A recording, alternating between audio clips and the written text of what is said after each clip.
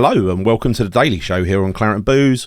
My name's Gary and we've got a very, I don't want to say downbeat. I'll try and be as upbeat as I can, but, after what we've seen the last couple of days, it's difficult to be that way. But I'm going to try and pick the bones through, what we saw in that, what was really a capitulation against Brighton, right? We're going to talk about the latest transfer news with Emerson due to join us today, plus one other very exciting link. And finally, we're going to look at, we'll look at Declan Rice's comments about the fans. There's also a little interesting meeting between Moyes and Sullivan as well to get our teeth into. But anyway, before we go there, if you haven't done so far, please subscribe to our channel, Claret and Booze. It helps us a lot. Please give us a like and hit the bell notification icon. That is provided you enjoy this video. So onwards, firstly, we're going to talk about the latest transfer news. Emerson Palmieri is due to join us today from Chelsea, a much needed and experienced left back. Now, I've seen some mixed reviews of him on various YouTube channels, but I've seen him play before and he looks like an accomplished left back. He's a highly decorated left back as well and international. Look, he's got to be better than what we have at left back. But my big question is, will he get a game? I don't think it's a certainty, right? So let's look at what David Moyes has done. Now, if you look, to my your right, my left here, you'll see a big list of new signings, a list of quality players that we've brought into this side. Moyes has been backed. He has spent a lot of money in the transfer market, and he hasn't stopped yet. Now, as that list gets longer and longer, so does the pressure on Moyes to use those players. It's not good enough to just do what he's been doing in the last couple of weeks since this season started. And all right, although he had limited options last year, it's what he did for the last 7 games of last season as well, where we basically fell away in the league. I sort of agreed that we preferred Europe over the league. So mixed. I'm in two minds about that, but the problem is this season he does have options. He has options. He has a lot of new players who have joined the squad. Some of them quite a while ago now. Some of them have got Premier League experience, like Cornet. He should be ready to go. Some of them have got no Premier League experience, like Thilo Kehrer, but he was thrown in the weekend. I know he screwed up, but look, debut in a team that's not playing well, I'm going to give him a pass on that one. But nonetheless, David Moyes has got this long list of very expensive new players that's going to get longer. Now, it's about time David Moyes realised that what he's trying to do with this eternal 4-2-3-1 formation that we're stuck in, that he does something about that and he starts to rest players who are not performing and start to give these new boys a bit of a chance. And I am not happy. I'm not happy with the way Moyes talks about these new players. I mean, he has openly been critical of Flynn Downs, said basically he's not up to scratch yet, and he might get a game at some point. How does that make Flynn Downs feel? That is not the way to treat a new player. He sent a message out to all of the new signings saying, if we don't get up to speed with the Premier League quickly, then you won't be getting much game time. Well, how are they going to get up to speed with a Premier League if you don't give them Premier League game time, Dave? This is just ridiculous, the stuff that he's coming out with. And not only that, the more people he signs, the more pressure is on him to play those players because they are his choice. Those players are his signings. And in his own words, he was only going to sign players who are as good or better than what he's got. People who would be able to go straight into the team and be useful. He hasn't signed a whole new bench, surely. He's got there the number one Italian striker in Gianluca Scamacca. Now, you can say what you like about him so far, but he was very impressive against Man City. Whenever he's come on, he's done a couple of good things. Like the first thing he did on Sunday, for instance, was win a header, went straight to Souček. Then he played a beautiful through ball. He is a Harry Kane type player. He's like a deep line striker. He is not Antonio. So if Moyes expects him to change his game and become Antonio, he's going to be sadly disappointed in the same way he was sadly disappointed and deluded, I might add, with what to do with Haller. You know, and let's use another example. Let's look at Nikola Vlasic. Nikola Vlasic, who, you know, you might just say, shut up, Gary, you know, you don't know what you're talking about. But Nikola Vlasic, very highly rated in the Croatian football press. You know, he was supposed to be the new Modric. You know, he is not a left winger. Where did he get played by David Moyes? On the bloody left wing. He's a right footer. He got stuck out on the left wing where he hasn't got the pace to go past anybody, and he hasn't got, you know, a crossing ability with his left foot. So what do you do with someone like that who's come in with, you know, the best player in the Russian league? He brings him in, right? What did Moyes do with Vlasic? Now, I'll tell you what he did. He, first of all, he got, on his debut, he got the last 17 minutes away to Southampton. He played a couple of European games, but nonetheless, let's focus on the Premier League. He got the first 17 minutes away to Southampton in a 0-0 draw. Then a home game against Man United was the next one. He got the first 68 minutes. After that, he was either an unused substitute or he got the last 10 to 15 minutes. So it's fair to say Moyes just didn't fancy him. He put him in a position where he wanted him to play. That didn't suit Vlasic, so he wasn't going to use Vlasic. 30 million down the toilet. Now, compare that to Vlasic, who's now gone to Torino to play for a Croatian manager who really wanted him. Torino are a top half side in Italy, right? Serie A side in Italy. They're doing pretty well. Got an amazing recent away record. I think they've won 5 or 6 in succession or something like that. The first game, he was on the bench, Vlasic. He was brought on for the entire second half. In the following game, he played the whole 90 minutes.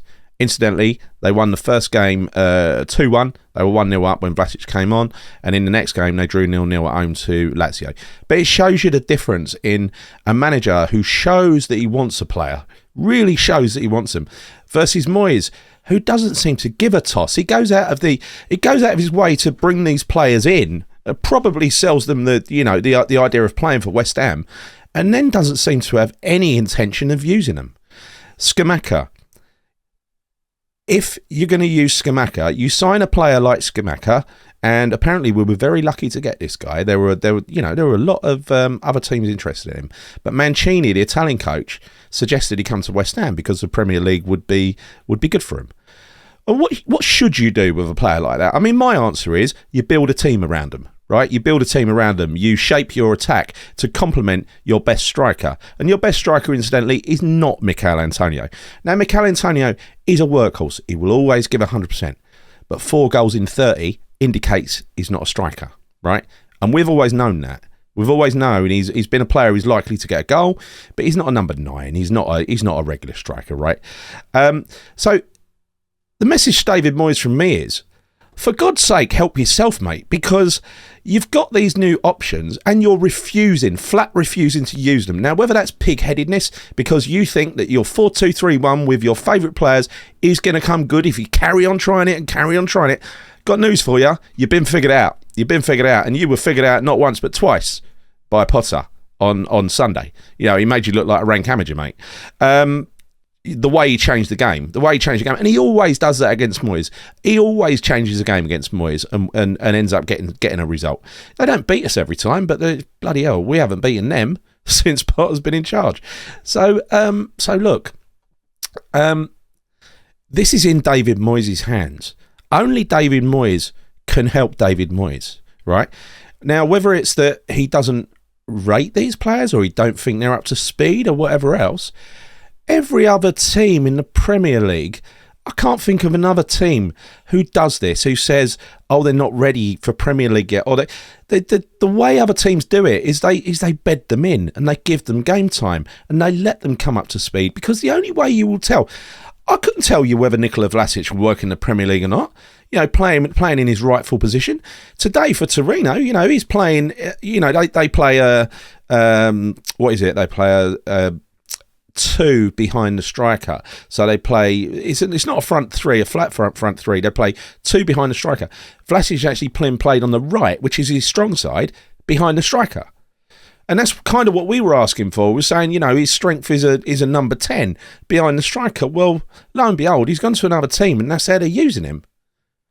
You cannot have a template of 4-2-3-1 and say every player that comes in needs to fit in that system. It's the system, not the players. You've got to look at what you've got available and play to your strengths.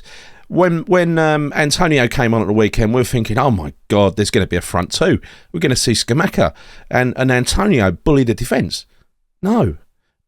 Antonio, he gingerly walked over to the left side of attack, right? He looked round at the bench and Moyes was pointing at him, get back there, mate.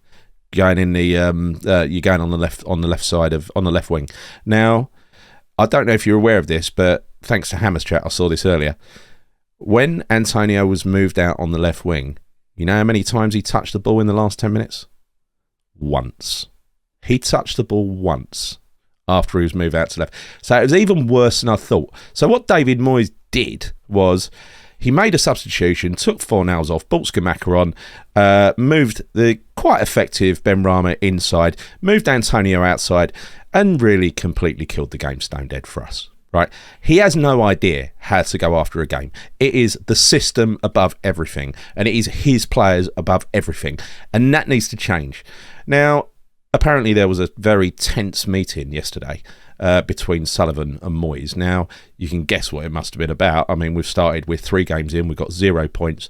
Now, while I don't think it's time to, relieve Moyes of his duties yet, you can understand why Sullivan's getting a little bit twitchy. He's probably hearing from the players that things are not going right. That meeting has come about in some shape or form. I can't believe it's just about 3 results. But we've got Villa away on Sunday. Now, what I want to see for Villa, and this is essential, right? What would not be acceptable to me is 4-2-3-1 with the same players, right? That will not be acceptable. He's got to try something new. He's got to be brave. He's got to believe in these new players, because if he doesn't believe in them, who's going to believe in them? And the more of these new players you sign, the bigger problem you're going to get, right? It's going to be you could end up with, a group of players talking amongst themselves about how they're getting no new game time. It could be, he could be signing his own death warrant there. He could have half of the squad, backbiting against him. He's got to be careful. Look, I don't know how long he's got. I mean, personally, I would give him at least 8 games. I think that's a fair run. I think if after 8 games you've got 0 points, then I think it's time to go. We'd be bottom of the league. He would have had several chances to pick up points.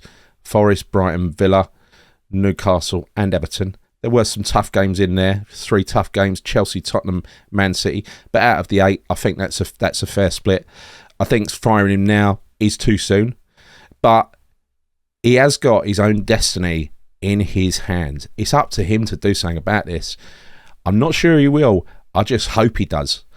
Now, on to the next topic. Declan Rice. Now, look, we all love Declan Rice, right? It stands for itself. It's been fantastic for us for the last 2 years.